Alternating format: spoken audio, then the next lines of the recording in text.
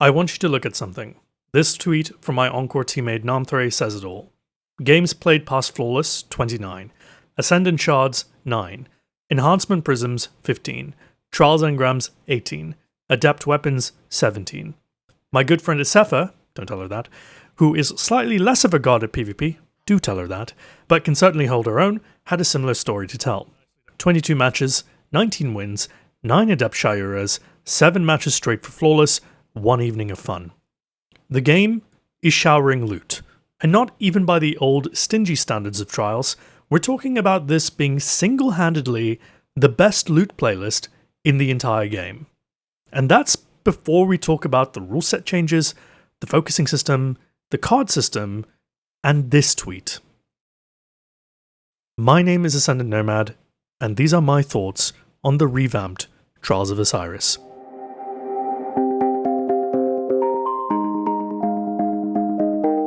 The big question, I believe, that was on the common player's mind was this: is there room for the average player in Trials now? Can we find success without sweating our asses off for the first win?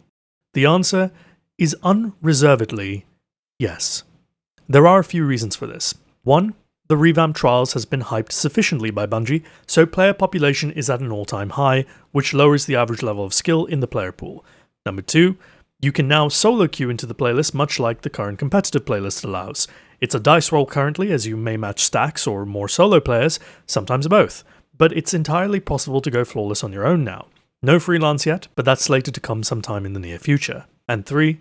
Trials cards have been changed to no longer break on 3 losses, meaning even if you lose your flawless status, you can stay in the playlist to farm for reputation and loot. This stops people being reset and sent back to the early stages of the stringent card-based matchmaking of previous iterations. You can now match average players at 7 wins and further now. And I want to highlight that last point for a second, which I think is the single biggest change that will keep people playing. Having your progress reset by a matchmaking algorithm that only managed to find supremely more skilled players than you was deeply unfun.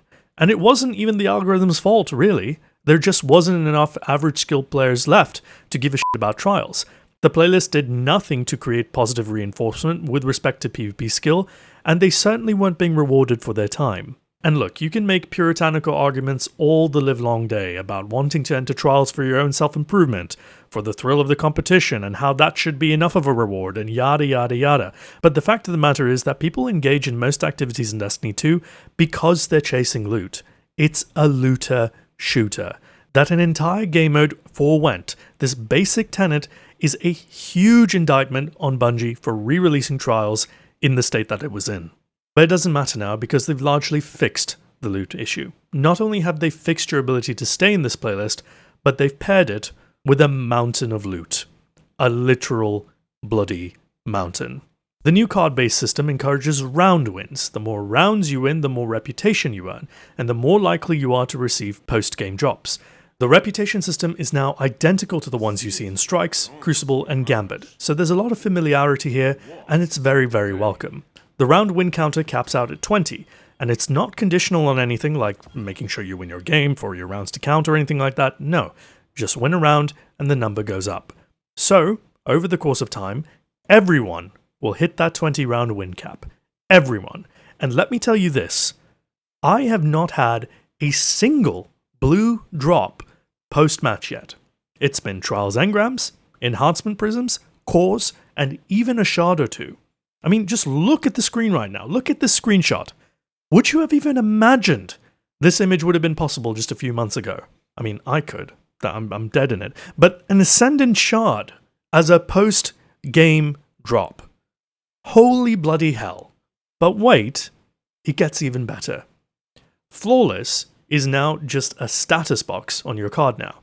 So as long as that's filled in, you're good to earn flawless rewards past 7 wins.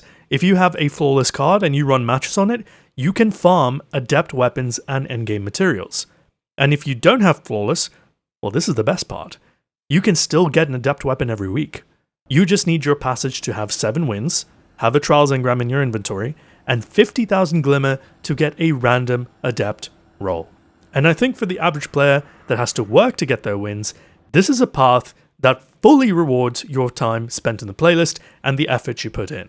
The RNG might suck, it might be great, but hey, that's just like the rest of the game. The point is, you get rewarded. Every level of player is being rewarded appropriately. There's something for the casuals, for the improvement junkies, and for the sweatiest amongst us. And hey, even if you're not winning anything and you're not winning that frequently, you're still earning reputation, which will allow you to get reputation rewards from Saint 14 in the vendor screen. And if the adept weapon that week isn't to your liking, you can focus your trials engrams into armor for builds or for a non-adept weapon in your unlocked pool that you may be chasing. There's something for everyone. And are people having fun? Well, according to the hundreds of you that responded to my Twitter question, it appears so. I asked if the non-gods of PvP are chasing 7 or going flawless, and a fair amount of you responded with, I went flawless for the first time. It's only been a day, but people are having a lot of fun with the game mode already. Now, I suspect a lot of credit has to go to the slight rule set tweaks they've made. Special no longer carries over, and the rounds are 90 seconds long, meaning it's incredibly rare, if not impossible, to snowball supers. It breathes new life into running unconventional loadouts and off-meta stuff because you're not so concerned with running orb-generating supers and developing playstyles to suit them. The games feel dynamic and fun, with just the right amount of skill and patience required. You don't need to be the best player in the world to succeed because by default, the main approach most people have is to rotate to find angles. Holding lanes for a pick or just to generate a super isn't the number one way to play Trials anymore, and it's paid dividends this weekend. So, with all that being said, Nomad, what are your thoughts on it? Honestly, I think I'm going to tread the line here and say that I'm cautiously optimistic. I've never had more fun in PvP than I did yesterday. I cannot deny this, and many people will feel similar. I think Trials has never gotten better, and the buzz around it has encouraged people who would never ever dream of setting foot in Trials to give it a go. Hell, my own anti-PvP editor went out and got some roles for herself yesterday. During my playtime, I helped people get flawless, I played with some of my oldest Trials friends, and it felt special. I'm sure many of you watching have your own stories where the weekends during Destiny 1 were just completely lost to Trials. And that's what it felt like again. That magic feeling was back. I played so much yesterday that after dinner, I just passed out. I haven't had that happen to me since I was in high school. But with all that being said, I have to remind myself that the reality of most things doesn't live in extremes. Nothing is extremely good, nor is anything extremely bad. Good exists with conditions. Bad is contrasted against its possible redemption. Trials now is certainly the latter, but it is still on the path to redemption. One weekend, one day even, does not earn you the status of redeemed. This revamp has been months in the making, and the depth of the systems on offer is remarkable. They have well and truly addressed many of the pain points from players across the spectrum. They have fixed the loot, they have incentivized players to stay in the playlist, and solved the issue of recycling players out of the pool. Even the much maligned skill-based matchmaking system that people were decrying didn't seem to affect things too much, and, if anything, has actually helped the average player go flawless. Bungie have marketed the return sufficiently and generated so much buzz online about it that it's no wonder that the game mode has broken all-time high population records for Destiny 2. This weekend is an unabashed, undeniable riot. It is a success on all counts, which is remarkably impressive once you consider what it used to be, a game mode plagued with cheaters, account recoveries, and the top 1% of the top 1%, the players who play God by default. However, some unknowns must tamper expectation and general sentiment.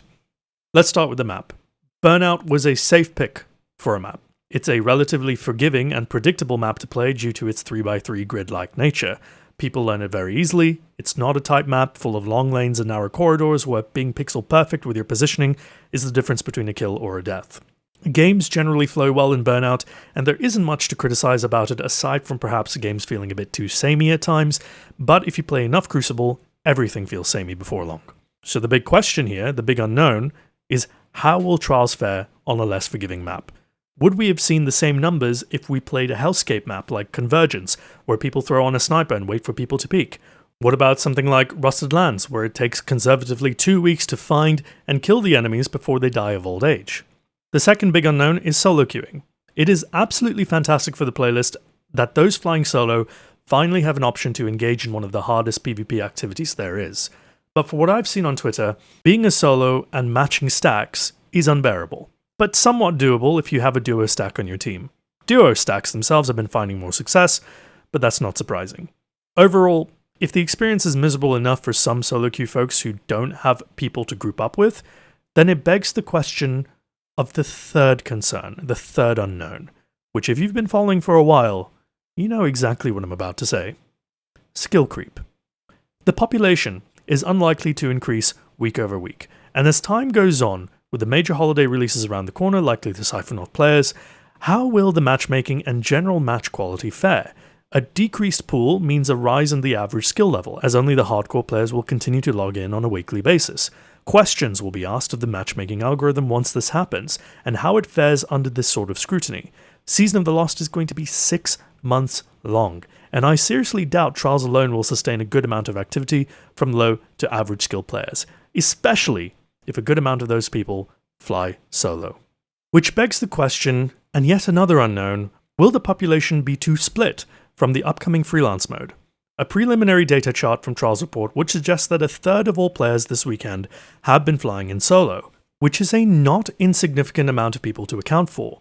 And there's also the question of whether or not the numbers can be explained by this being a case of temporary curiosity, or if it genuinely was a case of, if you build it, they will come.